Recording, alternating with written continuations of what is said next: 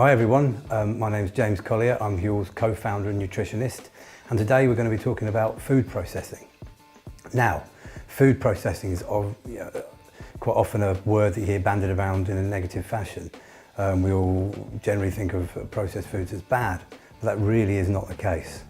By definition, food processing is the conversion of natural ingredients into edible food by physical or chemical means. Simple as that. Now, that covers a lot of things. You cook food, that's a process. You add food additives to a food to make it last longer, that's also a process. If you powder food, you mill it, that's a process. So there's numerous things, and food processing is not necessarily bad. You need to try and get that message across. Well, a whole food is any food that's eaten in its natural form.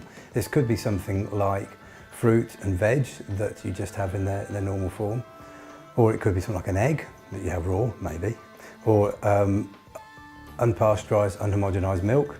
That's another form of a whole food.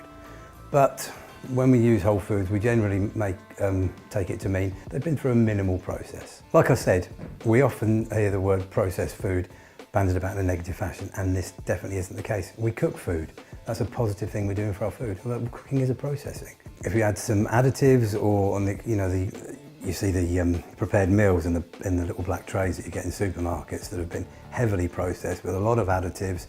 They've been made so they last with a long shelf life. Well, they've lost a lot of their nutrition. They've got a lot of additives, and they're not good. So food processing can be good, it can be bad. We need to look at it. Now, there are lots of benefits of food processing, so we need to look at these. Firstly, it can kill off harmful microbes, bacteria and such like, and moulds that mean that it increases the shelf life of your food. We all want, this day and age, we're not all farmers, we all need our food to last us a good while. Secondly, it can help the attractiveness of food, make food look more attractive. We all want that. Make it more palatable. Processing food, mixing different foods together to make a meal, that is a positive thing that can make food more flavoursome. Some people have special diets and they need their food to be adapted to suit what they need. Food processing is involved there. Processing can help conserve nutrients. After a while, micronutrients, the vitamins and minerals and such like, the levels can degrade of some of them, so food processing can help preserve those levels. And also fortification. Some foods, many breakfast cereals and other products, have extra nutrition added to them, and that can be helpful. There are also negatives of food processing and that you need to be aware of. For example, some food additives, the E numbers that we see, they can cause a reaction in certain hypersensitive people. For example, urticaria, a skin disorder, is associated with some additives, as is hyperactivity in children. It's been linked to a few additives, so we need to be careful. Certain additives are licensed, but they're licensed in one country and not in others, so maybe look at them.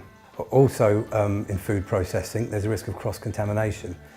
Foods combined together, we need to make sure they're handled correctly, so there's no interaction between them and different microbes from one to another. Especially true with things like raw meat, which has to be kept in appropriate conditions.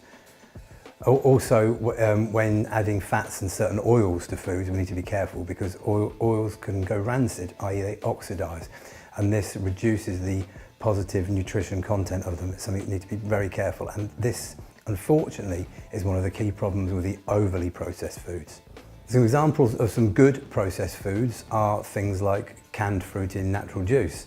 Without a fruit canning process, you'd lose some of the vitamins and minerals because over time, vitamins and minerals from fruit can degrade, and canning preserves that. So allowing food canning gets good quality fruit to people who perhaps wouldn't have enough fruit otherwise. Same goes with some of the vegetables. Other positive food processes are things like yogurt. Yogurt's great, especially the Greek yogurts. Veggie burgers and things like that. Milk. Milk's a good source of calcium and protein, and a lot of people wouldn't have a good diet if they couldn't get milk that's been pasteurised. Things like high fibre breakfast cereals, soaked beans, seeds that have been treated in an appropriate way, some nut snacks. And the unfavoured processed foods are things like confectionery, sweets, crisps, those meals I described earlier, a lot of junk foods, fast foods. You don't really need me to go on. I think you know the sort of things I'm going on about. So they are bad processed foods, and we really should try and avoid them wherever possible. Powdered foods are not necessarily a new concept. Huel is a powdered food, but really we've been milling foods for approximately 11,000 years. It obviously started when someone decided to put some grain, bang two stones together in between, and they had a powdered food. Bread's been around for years, and so powdered food is not a new concept. The concept of complete foods is fairly new, and these are all processed, but they are minimally processed, and they are processed in a positive way to provide good nutrition that many people wouldn't get.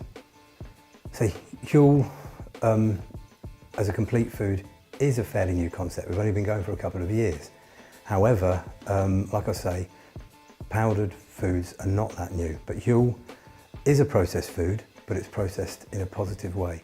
We've got the oats and the flaxseed that have been nothing but milled, so they're put to the desired consistency. The pea protein and rice protein have been through natural processes to ensure that the protein is conserved to get the maximum out of them. Then the sunflower and MCT powders have literally been, the oils have been sprayed onto a carrier and they're put into our products. Then the shortfall of vitamins and minerals, which isn't, the majority of vitamins and minerals, I should add, are all naturally occurring. But the rest of them are all made up from a bespoke vitamin mineral blend. And Huel is an example of a processed food that's very beneficial to many people. So I've discussed processed foods today and food processing. If you want to read more about food processing, there's an article on our website called Food Processing and Good Nutrition, which can be found along with other great articles in our guides and articles section. And you can check out more information on the Huel website, huel.com. Again, we're looking for a lot of different nutrition topics to discuss in these videos, so please do get in touch with our forum or the contact us page on the website if you've got any ideas of topics that you'd like me to discuss.